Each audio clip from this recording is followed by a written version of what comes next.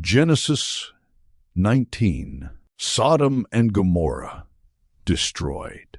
The two angels arrived at Sodom in the evening, and Lot was sitting in the gateway of the city. When he saw them, he got up to meet them and bowed down with his face to the ground.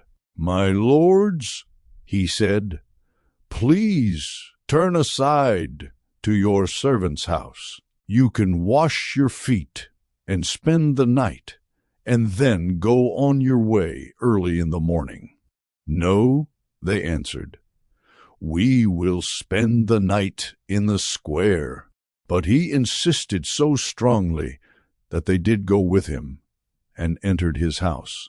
He prepared a meal for them, baking bread without yeast, and they ate. Before they had gone to bed, all the men from every part of the city of Sodom, both young and old, surrounded the house. They called to Lot, "Where are the men who came to you tonight? Bring them out to us, so that we can have sex with them." Lot went outside to meet them and shut the door behind him and said, "No, my friends, don't do this wicked thing. Look, I have two daughters who have never slept with a man. Let me bring them out to you, and you can do what you like with them. But don't do anything to these men, for they have come under the protection of my roof." "Get out of our way," they replied. "This fellow came here as a foreigner, and now he wants to play the judge. We'll treat you worse than them." They kept bringing pressure on Lot and moved forward to break down the door. But the men inside reached out and pulled Lot back into the house and shut the door. Then they struck the men who were at the door of the house, young and old, with blindness so that they could not find the door. The two men said to Lot, "Do you have anyone else here, sons-in-law, sons or daughters, or anyone else in the city who belongs to you?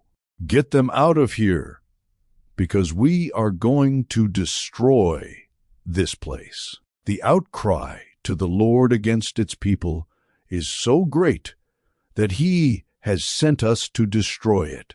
So Lot went out and spoke to his sons-in-law, who were pledged to marry his daughters. He said, "Hurry and get out of this place, because the Lord is about to destroy the city." But his sons-in-law thought he was joking.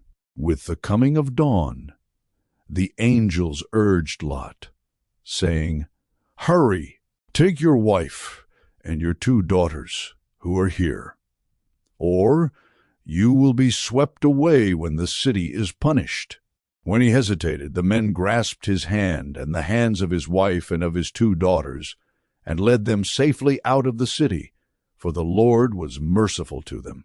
As soon as they had brought them out, one of them said, "Flee for your lives. Don't look back, and don't stop anywhere in the plain.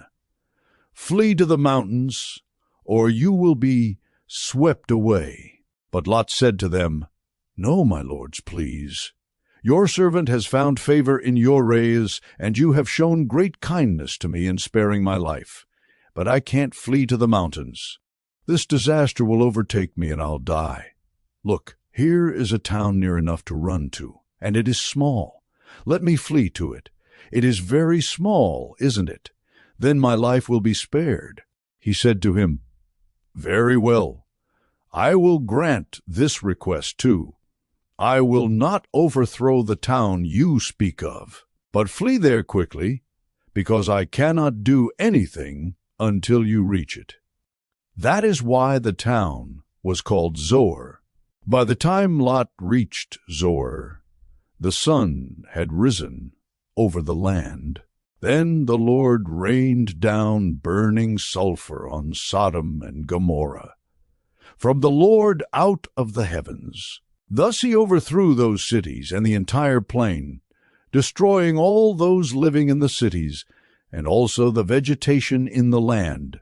But Lot's wife looked back, and she became a pillar of salt.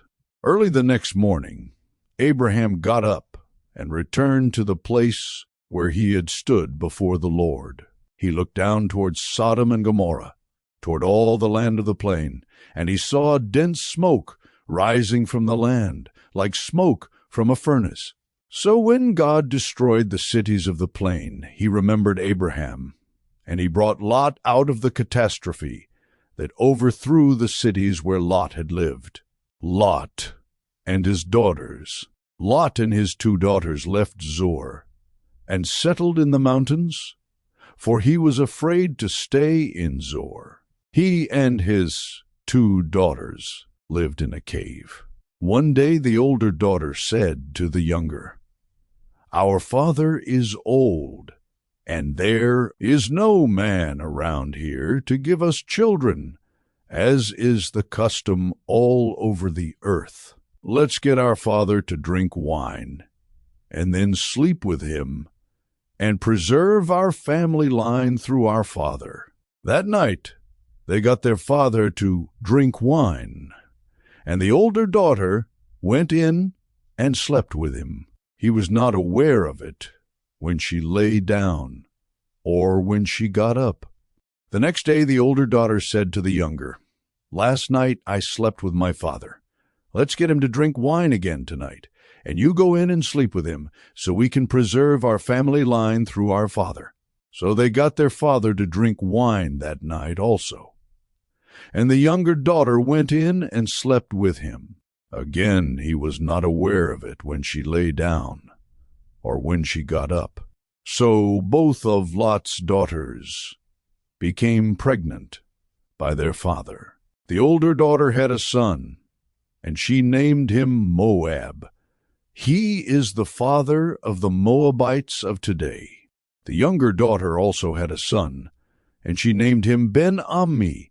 He is the father of the Ammonites of today.